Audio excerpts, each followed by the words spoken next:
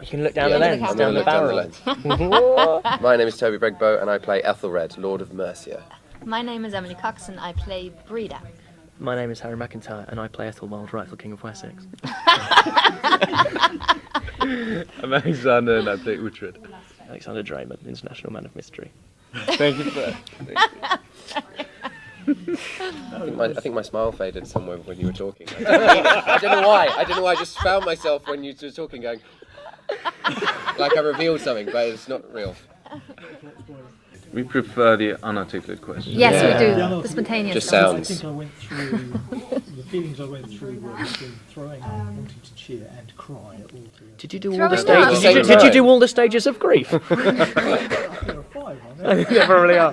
We Did bargaining as well. You realise you accepted. I'm covered in sick and tears. I don't care.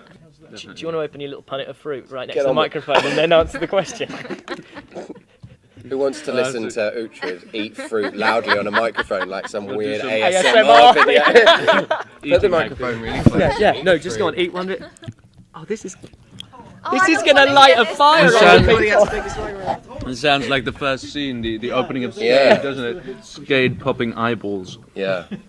I found watching the footage today that it just seems, the scale seems to have grown. I don't know if that's I don't know just- how we managed. I don't know how we managed to do that. Because it's the same, but it's, Our producer's right over there, so it's movie magic. Well it's movie done. magic. It's the same DOP, it's the same... Yeah. There's been a lot of continuity in terms of people who've worked on the show. You know, like I reckon 80% of our crew at least have been on it since the very beginning. Yeah. And Very so lucky, yeah. I think there's the more that you feed into this shared like language of what the show is visually and in terms of the design, and then also because we've had that consistent voice from Stephen helming the whole writing thing, you're just adding layers and layers to it, hopefully, and I feel like it gets richer and bigger and broader and wider and other such adjectives. talking about your Harder, better, Talking about faster, stronger. Are you making the same joke again? I think I'm making the same joke. Harry's been making the same joke all day. But it's good. It's funny. a very good joke. Yes, it is. It's a great mixture, the whole thing, between these epic battle scenes and then there's lots of like smaller, intimate scenes where you really get to know the people quite well. I think that's really nice about this season. Well, I think the beautiful thing about playing characters for a certain amount of time is that you can really dig deeper than you might get the opportunity to do on a shorter stint. Well, I mean that's sort of a constant ingredient. I think that's just part of who Uhtred is, because he'll always be seen as the outsider wherever he goes, and I think partly that works for him, and he uses it a lot. I don't know if you know the books, but in the books that sort of you picked up on that actually. One of the things that Uhtred does in the books that. Do you want to say that? I feel like you want to say You're on the no verge of idea. saying No. it. I did a sort of small noise of assent to think, I did say something bright, and I actually don't know what you're referring to. The thing about different identities. Yeah, Uhtred just shows up somewhere and he'll say, "Oh, I'm Kjartan Kjartansson," and everybody believes him because nobody knows what he looks like, And I think he what makes Uhtred so interesting also to Alfred is that he can pass for a Saxon, he can pass for a Dane, and sort of adapts and uses it to his advantage. I've read them. Have you read them, Toby's Toby? read them. Toby, have you read them? I love the book. Which one do you like? What's your favourite bit in the book? That's not in. Tell us your favourite bit in the books that's not in the TV show. I love the middle bit. The middle one. In the third one, the middle bit. Third one, the middle bit. That is one of my favourite bits. Yeah. So, What do you like about it? the fact that it comes between the beginning and the end. Yeah, just right in the middle. I think because we've all, the three of us have been on it since series 1, and then obviously Toby's been on it now for 2 years. Just the Thanks two. for making that distinction. No, but that increasingly the show is written with our voices in mind, and that our characters are written with our voices in mind, and you are able to you feel like it's being formed partly in the image of what you're bringing to it as an actor, and it's being influenced and informed by choices that you're making, and then when Stephen and the other writers they reinforce those choices and your character.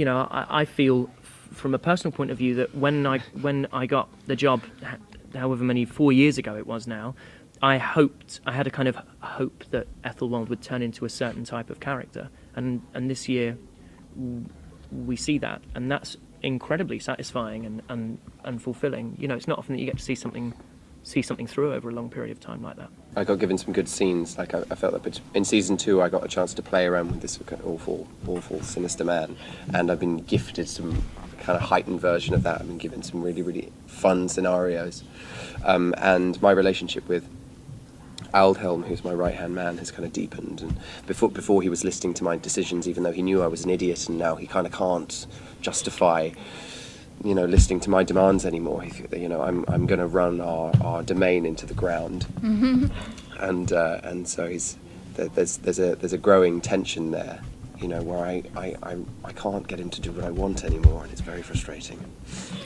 What's lovely when you play something for such a long time is that when you, as a character, look back, like over the years, like over stuff that I've been experiencing with Uhtred or with Alex, is that you actually have experienced these things. Like, we've been seeing each other for the last 3 years, half a year, kind of.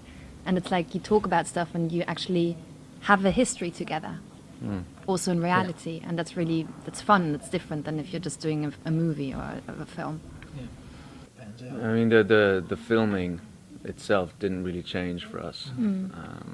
They didn't muscle in and be like, now this works like this way. They just, I think because they liked the show, that they just allowed us to keep doing exactly the same thing, which is great. We got very experienced, competent people at the top of Carnival running the show anyway. Who know how to, they know how to make good TV. They've made it with Downton, this huge success, and I think you don't, if it ain't broke, Don't fix it. But I love the idea that might now look like a thing we do. We've never done that. Never done that before. We've never done that before. Here's a thing we do. Oh, shit. It's a thing we've done. It's a thing we've done. We can't take it back. But yeah, there was a reason that Netflix were interested in the show, and that's because of the show that it was. And so now that Netflix are looking after it and are helming it, they want that same thing but more, really. I think we can be a little bit more. It's a bit more graphic than it was. Yeah. I mean, you've seen that in Act 1. It's quite uncompromising, but the heart of it is still the same. We've still got the same brilliant team working on it. Yeah.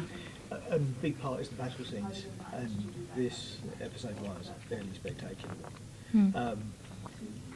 How do you find getting all that? So, is there a certain amount of physical training and things that you have to do to get that done? We just have to do it. Yeah. Our camera operators have to be in really good shape. Yeah. Well, they're behind riot shields as well, like quite a lot, in case they get hit by in case they get just hit by a sword. Because as much as you want to, or a horse, or God, yeah. No one got hit by a horse. Everyone's fine. That's not entirely true. Did someone get hit by a horse? Well, my stunt double for one got hit repeatedly. I have an amazing stunt double. His name is Tamas, and Hungary is a big archery nation. They're built on horseback archery actually, and he's a horseback archery master. So he does incredible. All built on the back of one horse. It's a tiny country. It's a tiny nation. You just share it. This tonk horse with massive legs. The whole of Hungary on its back. So there's this one scene where I get hit by a horse. Only he gets hit by the horse. And it was really impressive to see. They were just doing it again and again, and he was literally flying. Wasn't there a scene where the horse had to fall or something? Lots of horses falling, yeah. No, but like one really on top of the hill. That was yes. That was that day yeah, with that that was scene. That yeah. was there's a scene where that day with that scene. With the scene. Yeah, my horse falls at one point. I mean, Alex is, and he's sat next to me, so this is uncomfortable. Alex is very, very good at the action stuff, and brings a sort of. You've done martial arts and stuff, haven't you? And he used to ride horses bareback, and I don't know what else he used to do. He used to sort of carve his enemies into necklaces and all this sort of stuff.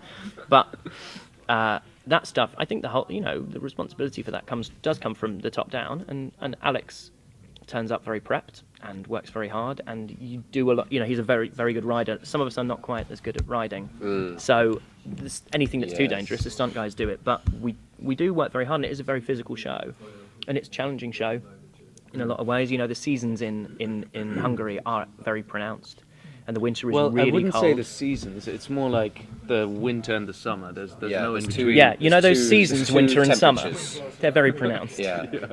Yeah. I didn't know that it got so hot. Well, I do now that it gets so hot in Hungary. See, I the didn't crazy think that thing is they you- would have summers like that, but it gets to like, does it get like 40 degrees Yeah, some 40. days? I And have you- a, and I have you're a always picture shooting on in the my wrong- phone of the van bringing us to set, and inside the van it says 56 degrees. Yeah, It's insane. And you're shooting like winter scenes or autumn scenes Yeah, and wearing in the the middle of furs summer, and and you're stuff. wearing Yes, you've got the furs furs on. on. And the problem is Drinking when mead it by a fire. switches, you're still in the same outfit, and you can't change for continuity reasons. So you're suddenly in 40 degrees heat with fur on you, or the opposite. Yeah. Yeah, there's one particular. We shot some stuff. There's one sequence that happens in a sort of fort on a hill. I think I can do this spoiler free. There's a sequence that happens in a fort on a hill, and one of the characters is a prisoner and is has got bound and has very little. I mean, not like no clothing on, but it's just wearing basic clothing. And it was so cold. We shot there for about 3 days. Do you remember the sequence I'm talking about? Which fort? The fort on the hill, the fort on the hill with the wind really whipping through it. Oh, that one, yeah. And yeah. you know, Oh, there are God, a few. yeah. You know, some of us were able to kind of shelter on the walls or Yeah. near the fire, and there was this one actor who spent the whole day, you know, getting chucked around wearing, you know, sort of very basic clothes. Harry's talking about himself. I'm talking about myself. Yeah, wouldn't that be it? There was this, and they were just. They were so brave. I was staggered. I was staggered by the professionalism of this one, and he will remain me. Well, the funny thing about this show is that it's all about the invasion of the Danes, and you know, what does that mean for England that didn't exist yet? But it's always about who are the natives. But a couple of hundred years before, the Saxons were the natives. You know, they were the invaders just as much, and you know, it kind of keeps going. I think that's what makes it so relevant today. How far back do you want to go in your quest for what's genuinely Yeah, English or British? exactly. You know, Yeah. we're there's kind of I'm sure I'll misquote it, so I won't even kind of try. But Alfred, there's stuff in Alfred's memoirs or whatever you want to call them about him in the Chronicles. There we go, Chronicles Yeah. of him, you know, encouraging trade and encouraging, you know, new languages to be spoken, and that okay, you know, if you wanted to come over here as a Dane and settle, you had to convert to Christianity, which, you know, we don't make demands of that. Hopefully we don't make demands like that of people anymore. But it was a place that was built on kind of collaboration and cooperation between different people, you know, from different places with different values. And here we are, still having those same fights and those same conversations and those same troubles. So, I mean, I definitely don't think there is any great lesson for how you should rule the country in this show. But yeah, it does feel pertinent, I think. Yeah, I agree. What the idea of England actually is kind of loose. You know, when people get patriotic, I think it's with a more and more constricted idea of England that doesn't include a whole lot of it, really. You know, do you know what I mean? When you're like, I love England, you're like, what? All of it? That bit. That bit. You know, this, love it. You know, it's bigger and it's a richer tapestry than that. Kind of Than that narrow limited, view. narrow viewpoint. Says an actor.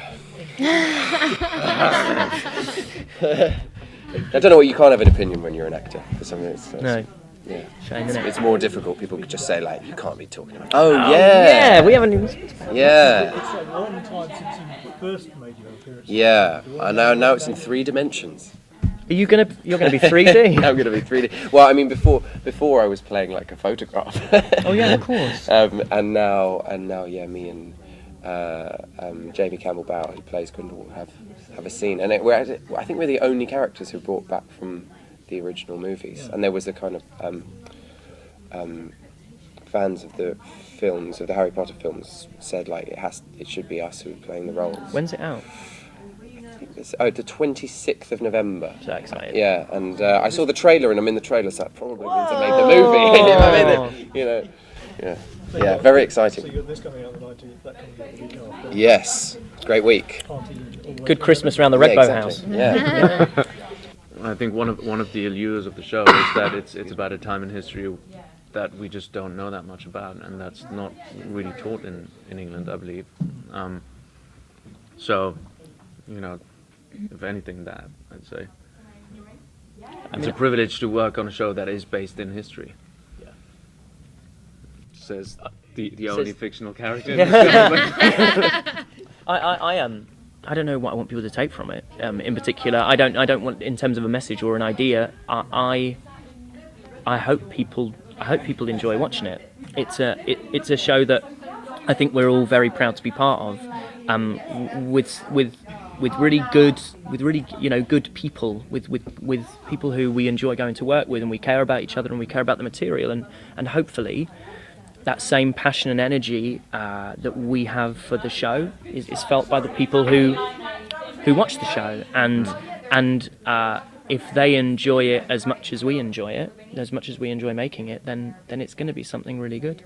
I'm not quite sure what I want people to take from it. I think, well, maybe you're watching all these battles and you're watching these political things and stuff, and I think maybe what one can take away from a show like that is that what it's actually about is the relationships between people.